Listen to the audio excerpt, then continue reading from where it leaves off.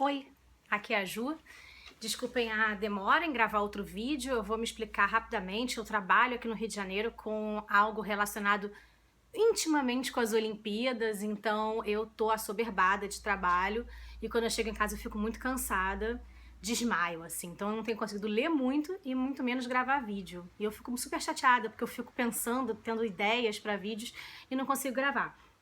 Então hoje não será uma tag, não será uma resenha. Eu vou falar sobre biografias e memórias que marcaram a minha vida e que simplesmente assim eu não tenho como não indicar. São indicações muito do coração, assim, porque eu adoro biografia, adoro a história das pessoas, adoro esse tipo de história da vida privada, o que elas lembram da vida, o que outras pessoas, na verdade, procuram, porque biógrafos, assim, eles têm que ser muito bons pesquisadores, sabe? Porque senão a biografia fica superficial, ou às vezes uma biografia de fã, né? Nada contra, gente, mais uma vez, mas uma biografia que seja, assim, mais cuidadosa, vai ser uma biografia muito altamente pesquisada, assim, e o mais difícil é você fazer com que todo esse material que você tenha se transforme numa boa narrativa, porque geralmente as biografias ficam assim, né, chatinhas, porque ficam quase enciclopédicas, infância, né, aí não sei o que, o pai tal, nasceu onde,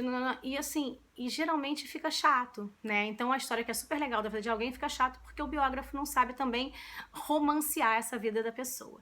Então eu vou falar de algumas biografias falando um pouco sobre o lado bom e ruim dessas biografias, se elas tiverem, né. A primeira que eu vou falar, eu vou dividir um pouco em sessões, assim, né? Essa aqui que eu vou falar é uma biografia do lado mais científico, assim, né? De saúde e tal.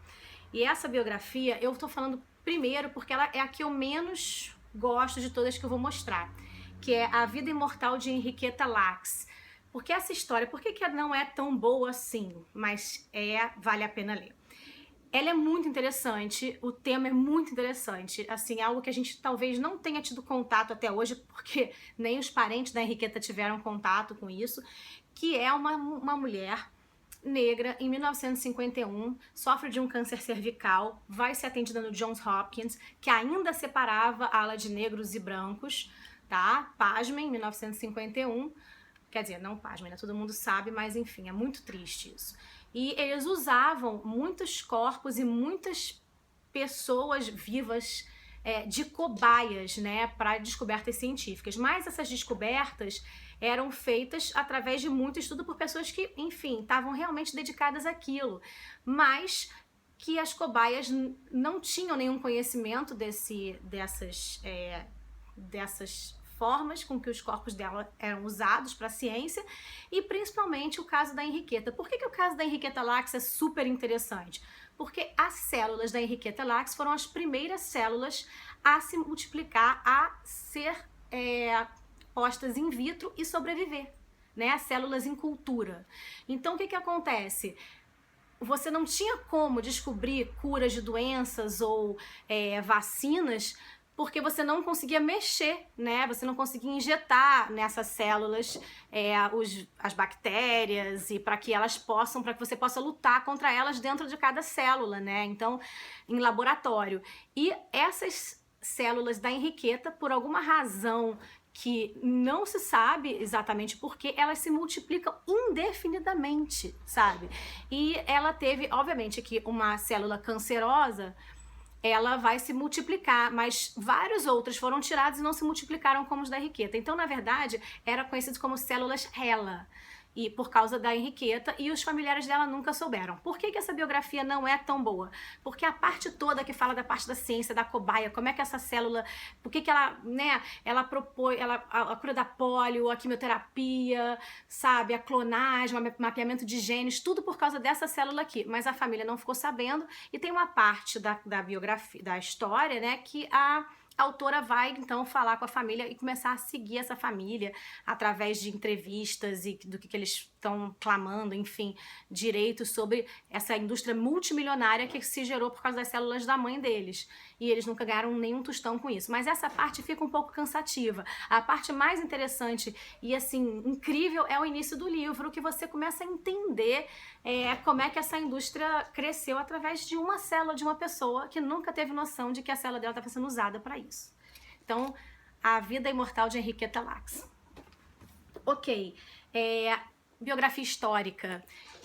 Esse cara chamado José Murilo de Carvalho, ele foi um professor meu na faculdade de História, e ele é um apaixonado por esse período e um apaixonado pelo Dom Pedro. Então, assim, essa biografia é uma biografia de fã, tá? Mas é uma biografia das mais deliciosas que eu já li em toda a minha vida, tá? E feita por um historiador, ou seja, ela é extremamente correta com os dados históricos, só que de fato é feita por alguém que admirava muito Dom Pedro.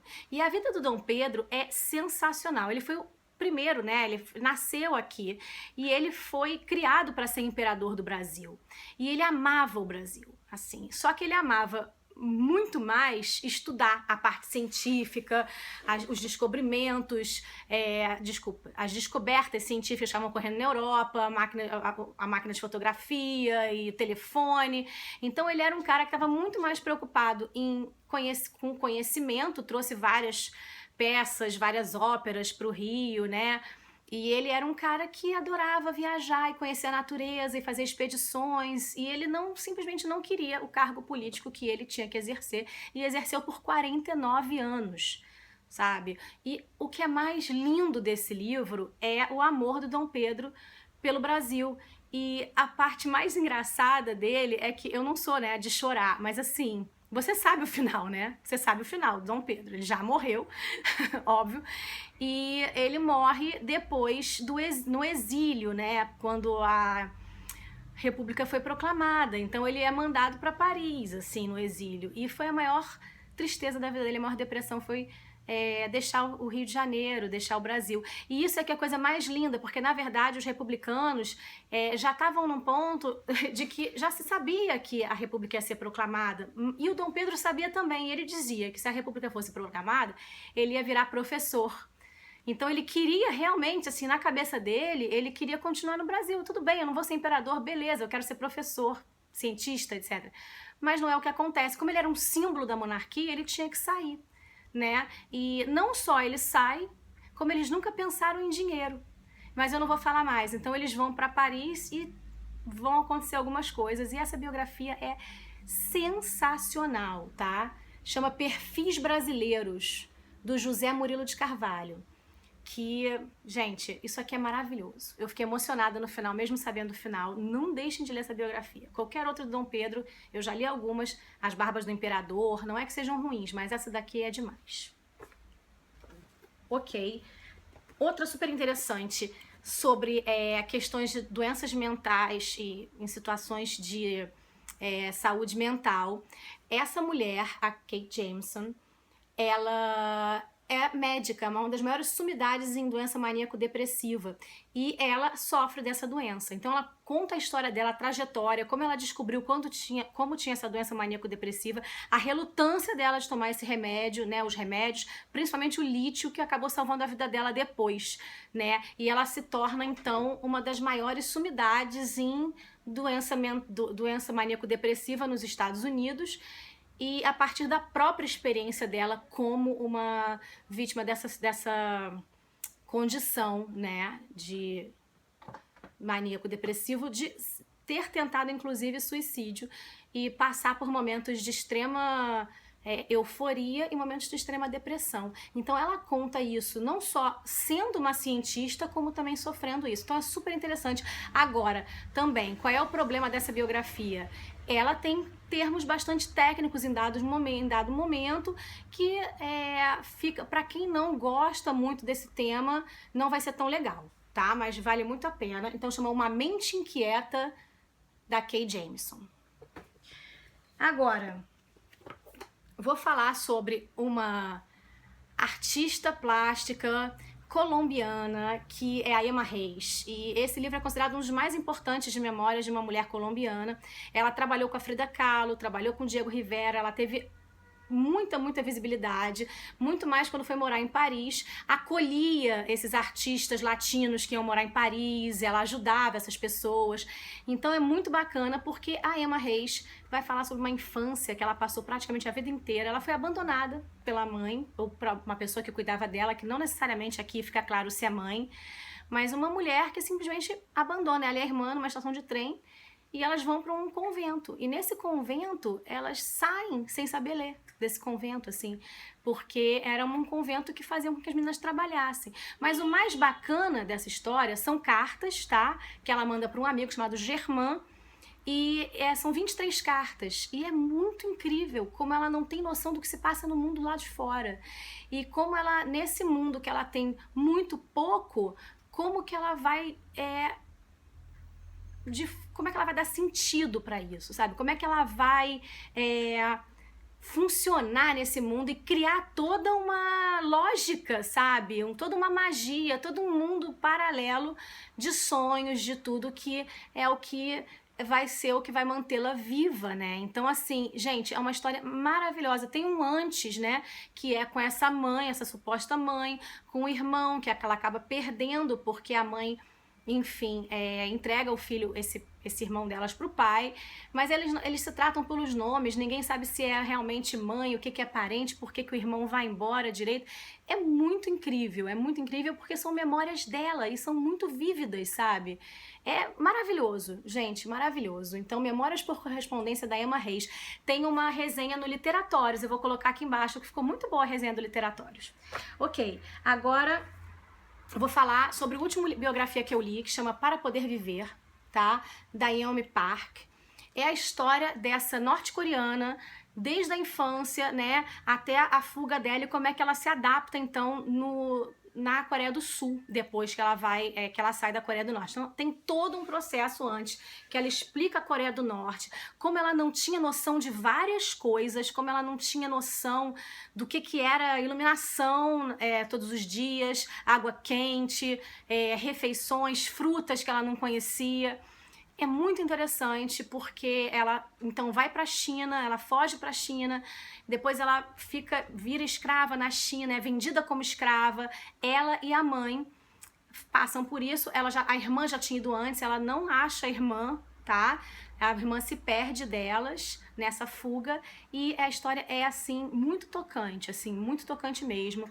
E ela sai de uma realidade para uma outra realidade que ainda não é a libertação dela até dado momento, quando ela vai entrar em contato com o estudo, com as coisas que ela gostaria, que ela não sabia nem o que era, assim, hobby. Qual é seu hobby? Isso não existia para ela, essa pergunta. É muito interessante, sabe, a gente ver isso. Qual é a sua cor preferida? Ela não tinha um individual, ela não sabia qual era a cor, ela nunca pensou qual era a cor preferida dela, porque na Coreia do Norte não tinha, assim, qual é a sua preferida, não tinha esse tipo de... só tinha o nós, né, o coletivo. Então, é muito interessante. Agora, a minha paixão, uma paixão que eu tenho de biografia, é o Eu, Malika Ufkir, Prisioneira do Rei, tá? Essa biografia tem na companhia de bolso, tá? Eu vou colocar o nome aqui embaixo. Eu, Malika Ufkir, Prisioneira do Rei. Essa história é, assim, uma das mais impressionantes que eu já li.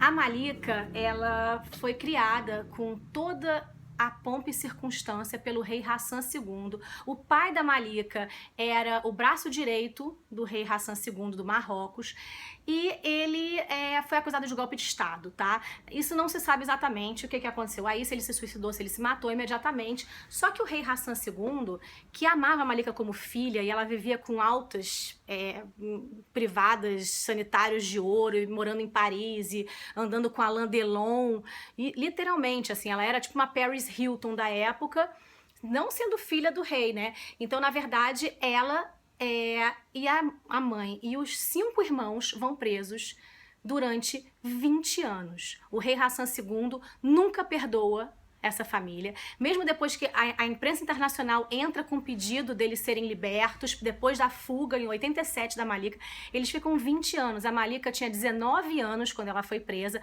começa com a prisão domiciliar, aí vão indo para um lugar piorzinho, e são 20 anos de aprisionamento, né? Hoje, então, eles moram em Paris, conseguiram ser exilados em Paris, e assim, mas e a vida deles foi uma vida totalmente privada, eles tinham tudo como reis. Imagina você viver sem uma aspirina. Uma das irmãs da Malika tinha epilepsia, sabe? O irmão mais novo da Malika, quando entrou na prisão, tinha 2 anos de idade, saiu com 21. sabe? E é uma história muito incrível, assim, vale muito a pena. Eu queria falar mais.